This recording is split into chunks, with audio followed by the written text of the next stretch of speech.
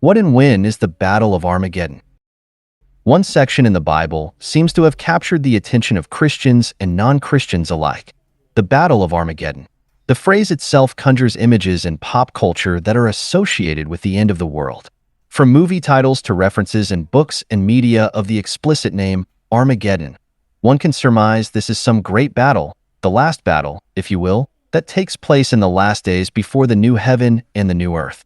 This video will dive into the scriptural passages that talk about Armageddon, discuss the details we have available about this great battle, and what it means for us today. The actual word for Armageddon only appears once in the Bible, Revelation 16 verse 16. Even though most of the New Testament is written in Greek, this comes from the Hebrew word which means Mount Megiddo, which may be the same with Armageddon. For the Hebrew word RH is read AR by the Greeks. So the city Argarise is interpreted the mountain of the Most High. Revelation 16 verse 16. Then they gathered the kings together to the place that in Hebrew is called Armageddon. Describes what happens after God pours out the sixth bowl of wrath, one of the many plagues that permeates the Revelation narrative. In this verse, John, the author of Revelation, writes about the gathering of earthly rulers and armies to a place called Armageddon. The word Armageddon is derived from the Hebrew Armageddon, and it is generally understood to be a symbolic location for a final, climactic battle. The Battle of Armageddon is described in more detail in Revelation 19 verses 11 to 21, where it portrays a dramatic confrontation between the forces of good, led by Jesus Christ, the rider on a white horse, and the forces of evil, symbolically represented by the beast and the false prophet. The Antichrist gathers kings in a place called Armageddon. These kings, loyal to the Antichrist, will gather their armies to wage war against the people of God. This battle results in the defeat of the enemies of God and the ultimate triumph of righteousness. We see hints of this war in Revelation 16 verse 14 and in Revelation 20 verses 7 to 9, where Satan gathers enemies from the four corners of the earth, in essence, everywhere. They'll surround the camp of the Christians, but fire from heaven will consume them. We can actually find some contextual clues about this battle from the Old Testament. Although we don't have an exact location for Armageddon, we can surmise from its name, mount or hill, that the battle will take place on a hilly spot. Barak fought the Canaanites, a people known for living in depravity.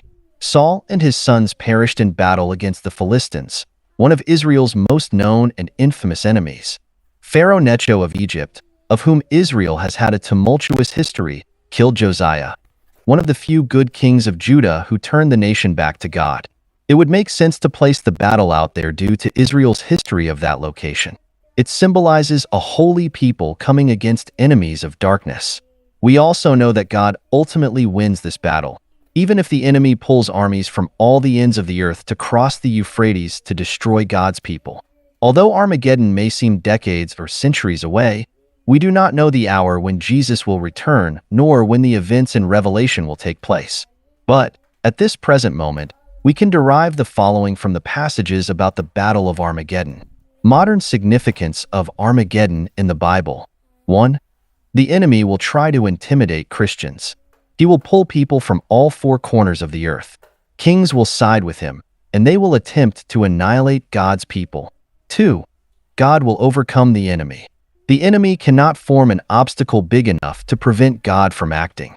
Just as he overcame the enemy on that very same location during the time of Barak and Deborah, he will do the same in the end days. 3. History plays an important role in end times. If you take a look at all the Old Testament prophecies concerning Jesus or anything that appeared in the New Testament, we often see hints of history playing over and over again in the biblical narrative. Ruth meets Boaz in Bethlehem, the same place of Jesus' birth in their family line centuries later, for instance.